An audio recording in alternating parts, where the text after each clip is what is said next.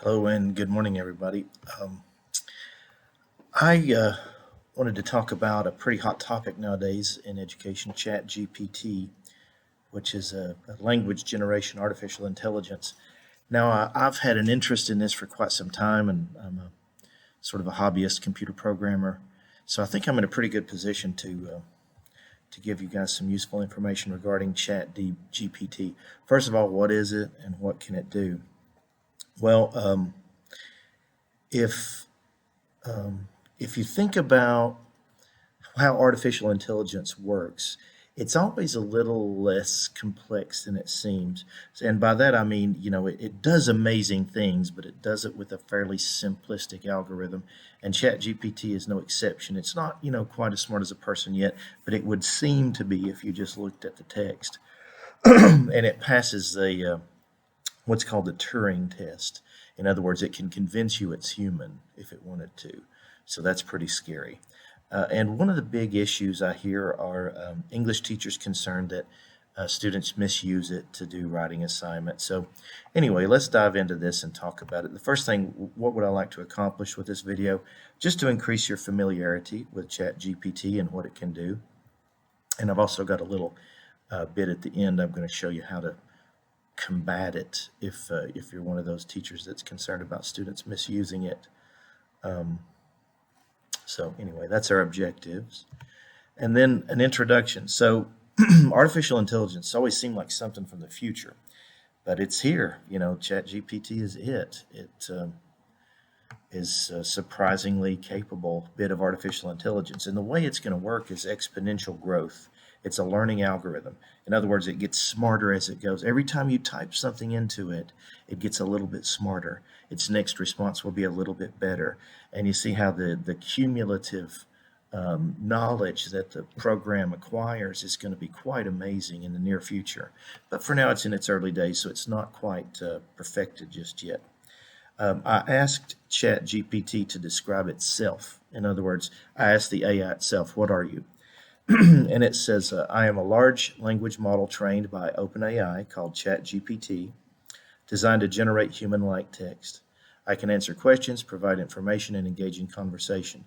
My training data consists of a wide range of text from the internet, allowing me to have a broad range of knowledge. However, my knowledge is not always up to date and may be limited in certain areas." So basically, what it is, they fed an artificial intelligence um, virtually all of the text available on the internet. And they said, just read this, and that's how you'll know the world, is through the text of human writing. Now, it generates human-like text using that as a template. So that's what the device does. So let's access it and see what it can do. How do you access ChatGPT? Well, first you're going to go to a website called chat.openai.com. So let's do that together. Chat.openai.com. And now this is not always available because it's in beta or alpha even. Sometimes the website is shut down. So in this case, it's active, and that's good. Now you'll have to, because I've signed in before, and you haven't, let me show you what that would look like.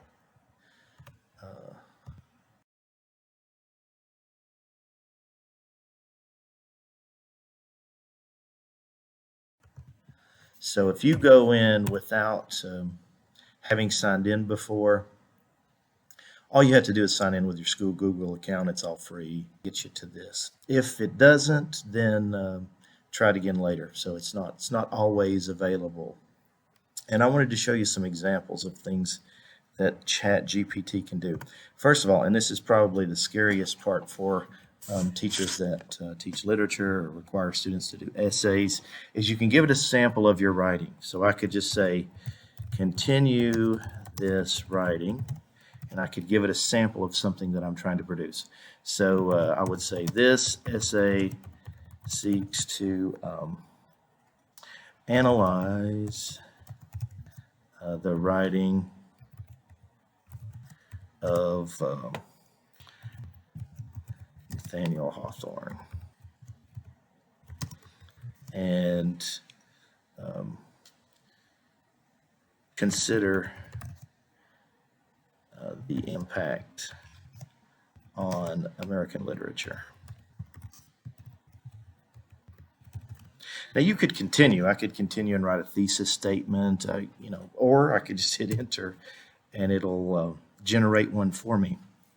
So it says, Nathaniel Hawthorne is considered one of the most important figures in American literature. His writing is known for dark, complex themes and its explorations of the human psyche, and so forth and so on. And you see it's going to generate a very effective essay with a thesis paragraph, 2 or 3 supporting paragraphs, and then a conclusion.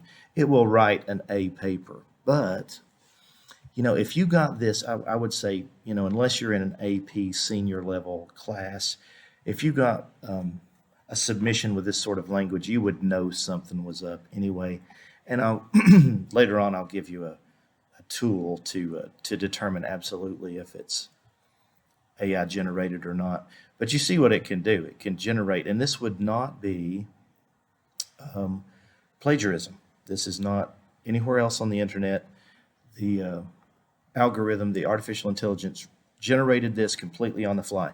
And you should try it with your own. So you should pause the video here and type into chat.openai.com into this box your own prompt like this, just to see what it's capable of. Okay, so hopefully you were able to do that. Now let me show you what else it can do specifically for teaching. This is kind of crazy. So what I'm doing today in my classes is the perpendicular bisector theorem in geometry. So let's imagine, I'm not well prepared and I needed a lesson plan, which I always am, but in this case we'll imagine that I'm not. Let's say create a lesson plan for a high school geometry class covering the perpendicular bisector theorem and its converse.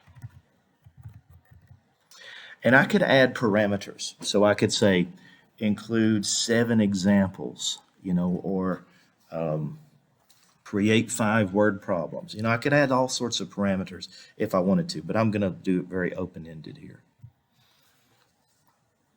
And just watch what ChatGPT can generate. And it's not always super fast, but it's usually quite fast. So here it gives me a lesson title, it gives me a learning objective, it tells me what materials I would need, and this is in fact exactly what I used today for this lesson, were those things. Review the concept of a midpoint and the distance formula, and it's generating this from scratch. So it's not just confined to essays. That's a common misconception, that ChatGPT can just produce essays. No, it could produce anything that's text writing. So basically anything you can think of, it can do. So the only limit really to ChatGPT is what you could come up with to plug into it, and it would produce that thing. So you see here it's given me a very thorough lesson with some good instructions. And of course you wouldn't want to use this verbatim, but it would be a great starting point, if you were looking for some lesson ideas. Maybe you're teaching a new subject this semester, or maybe you want to try something different. Maybe this would be a good resource for you. And it could do a ton of stuff like this, like it can write unit plans, it can tell you best practices, and it does have a lot of modern teaching best practices incorporated here. So here we're getting to the assessment portion, and it's telling me what to do. So there it's completed the lesson plan. And if you look, if I was an administrator and a teacher handed this in before an evaluation, that's a very good plan. That's a high planning score. But let's go further. Let's ask it to create 10 problem worksheet.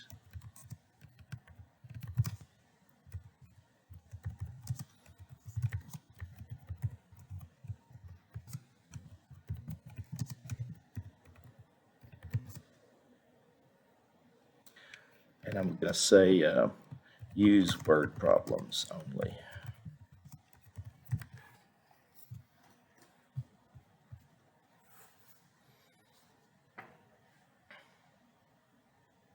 So, of course, as a math teacher, I think in terms of mathematics, uh, but you see here what it's capable. It's writing a problem about soccer. Uh, yeah, so that's a very interesting problem. Here it's relating it to a city street, a hiker taking a hike, and it gives you some cognitive relief. At teachers, we're constantly having to come up with stuff like this, and it takes a lot of our time. But this AI just does it for us, and it's kind of crazy. Again, its only limit is what you can think of to put into it. Now,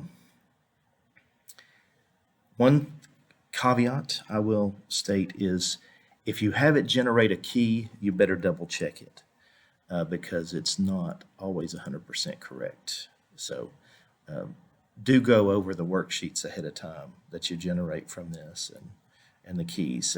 So don't take it as absolutely certain to be correct. But anyway, hopefully that gives you an idea of what it's capable of. And you see, sometimes it has to stop and think for a moment, which is curiously human-like. And if I ask it to generate a key,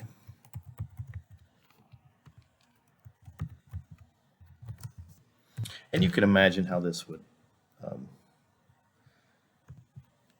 could be used in your particular subject, depending on what you teach.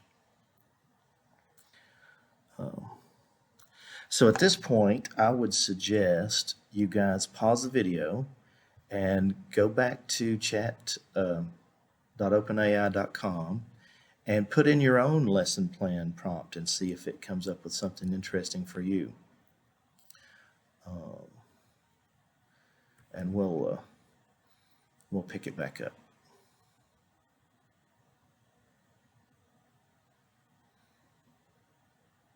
All right, so you see it's generating the key here. I'm gonna let it do that in the background and continue on. So we just did a few things with ChatGPT, and hopefully you took the time to test it out on your own while it was fresh in your mind.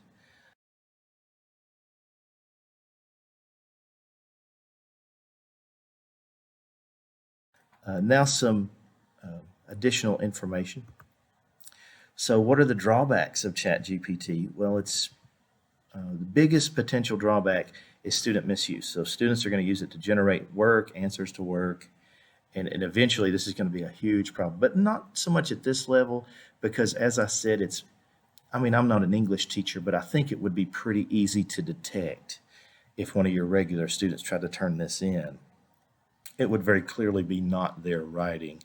So I think it sort of isn't as big of a potential problem in anything less than a very high level senior course in English. Perhaps you would have students that could produce something like this and it would be somewhat indistinguishable.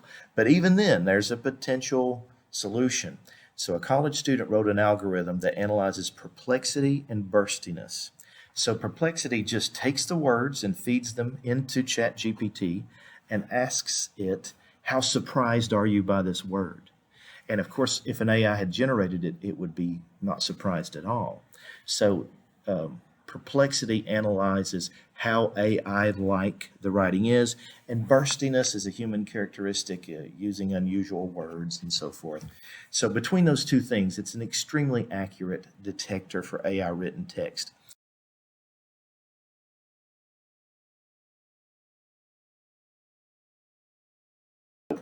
How do I keep students from misusing this if, I'm in a position where it's not easy to distinguish between what the ChatGPT produces and what I might see on a student's paper? Well, there's a tool. It's called GPT-0, and it's hosted here at this website you see, gpt0.me. Was created by a student. It's a free service for teachers. So here's what the website looks like. And if you scroll down to try GPT-0 Classic. So this is the first version. It came out January 3rd, so just about 20 days ago. And if I hit try it, it'll bring up this site hosted by Streamlit. Now, sometimes this is a pretty heavily used site, and it's a fairly inexpensive host. So the performance might be kind of poor. You might have to try a couple times. But just the fact that this exists, is going to prevent a lot of grade conscious students from using this because if you were able to show them how it could detect artificially intelligence generated text, then they would be a little bit more hesitant about using it. So Streamlit is the host, GPT-0 is the app. Okay, got the website pulled up. Let me show you an experiment here. So I'm going to take some text that we generated earlier. You'll remember I had it write an essay about Hawthorne. I'll have to refresh here. Yeah, the websites are buggy. You'll have to refresh quite a bit. But I'm going to take, first 3 paragraphs or so. It says it needs 10 sentences to give you the best answer, at least 10 sentences. So if I paste that into this site and then Control Enter, it's going to start analyzing it. And again, the website is slow, and it's super slow today, even slower than normal. All right, so it's finished its analysis. All I did was put that text into the box and hold Control and hit Enter. And at this website, that automatically generates a test for perplexity. And you don't have to know what that is, but it's related to whether or not it was AI generated. And it also tests it for what's called burstiness, which you would find in human writing, but not in AI writing. So we know this was copy-pasted from an AI, so it should give us a positive result. I'm going to ask for the result.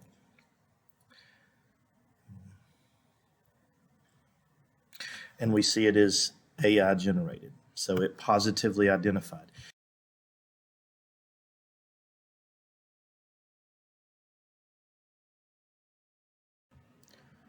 Okay, so I asked ChatGPT, what should teachers know about you? And it said the following: I'm a language model, not a human, and do not have personal opinions or experiences. I am trained on a large data set of text from the internet, so my knowledge may be limited or out of date.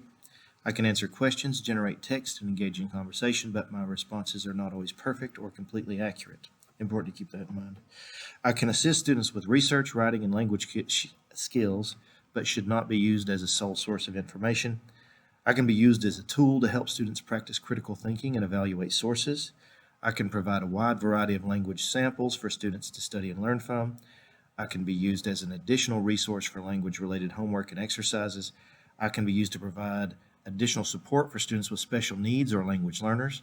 I can be used to generate creative writing prompts and exercises. It's important to note that I am a machine learning model and that my responses are based on patterns and associations in the data I was trained on rather than understanding or insight. So I think that last one's particularly important because it's easy to attribute human-like qualities to ChatGPT because it's going to exhibit a lot of human-like qualities. So, just we would infer that other ones exist, but they don't necessarily. So remember, it's a computer. And then 8 ways ChatGPT can help teachers. I'll wrap up with this. It can generate lesson plans, as I demonstrated, and activities. It can generate ideas and prompts. If you're just looking for, give me 10 ideas about a lesson for X, Y, and Z. And it'll spit out 10 really great ideas. Writing assessment items. It can assist teachers in writing test questions, quizzes, and other assessment items, as you saw me have it do. Provide sample answers and responses. Again, you saw me do this. Supporting research and content creation. I can assist teachers in researching and creating content for lessons and presentations. So, let's say you want to throw in a lesson about some new thing that just came out in your particular field. You can do that with this. Supporting language learners. It does this excellently, by the way. So where I had it generate a lesson plan earlier, I could say generate the same lesson in Spanish, and it would do so. Or, Chinese, for example, Mandarin Chinese. So great for language learners.